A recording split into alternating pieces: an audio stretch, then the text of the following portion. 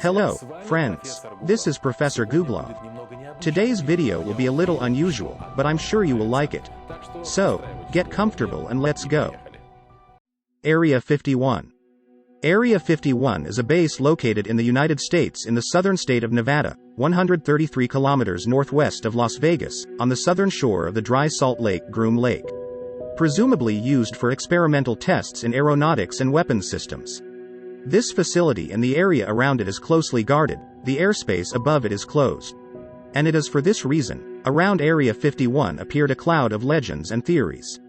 There are opinions that their scientists develop secret weapons and even research alien technology, as well as residents of other planets that land on Earth.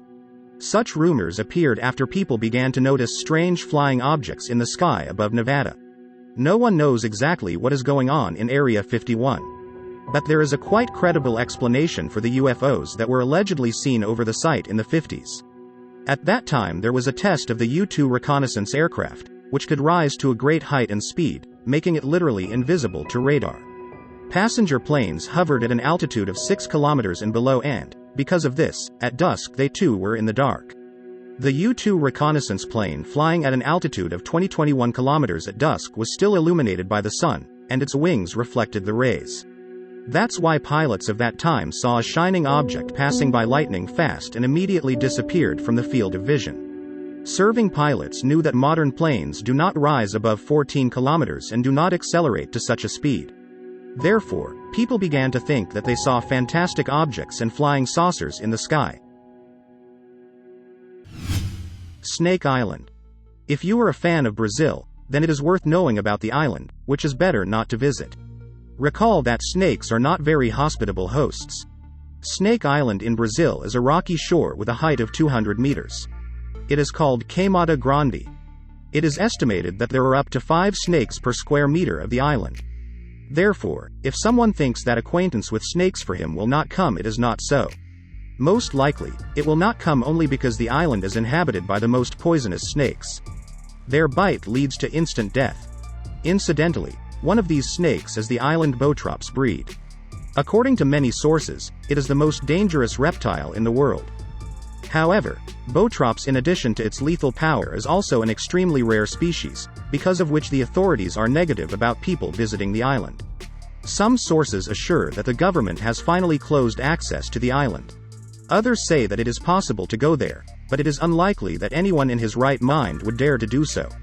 Practice has confirmed that to coexist with these reptiles is simply unrealistic, and even more so to escape from them. Despite the fact that people have always tightly closed the doors and windows behind them, it did not help them to survive. Snakes living on the island are very aggressive and can masterfully camouflage and adapt to the environment. While waiting for their prey, they can remain motionless for quite a long time. That is why many people think that Snake Island is a true hell on Earth, and there is only one place to escape from it. Doomsday Vault. In case of a sudden snake infestation or any other worldwide cataclysm, there is one place that will certainly save the rest of the population. It is called the Doomsday Vault, or the World Seed Vault. This tunnel is located on the island of Spitsbergen. Seeds of the main crops are placed there for safe storage. The location was not chosen by chance. There is little tectonic activity here, and the permafrost will ensure the survival of the seeds even if the refrigeration equipment fails. All samples are stored in sealed envelopes packed in special plastic bags, which in turn are placed in containers. There is enough space inside to accommodate 4.5 million seeds. Noah's Ark has blast-resistant doors and special airlocks. Norway paid $9 million out of its wallet for the project, although each country in the world is represented separately in the vault. Needless to say, not everyone can get into the seed bank. But you can take a virtual walk through the Doomsday Vault right now. Surtsey. Surtsey is a young volcanic island in the very south of Iceland. The birth of the island is considered to be November 1963. Near the Vestmannaeyjar Islands, an as yet unnamed island with an area of 2.7 kilometers, emerged from the water during almost 4 years of major underwater volcanic eruptions. Over time, water currents and wind naturally shrank the island a little, and by the year 2000, its area stood at 1.5 kilometers. The erosion of Surtsey slowed down considerably after the 1980s, and scientists predict that it will soon stop eroding altogether. Almost immediately the island was declared a nature reserve.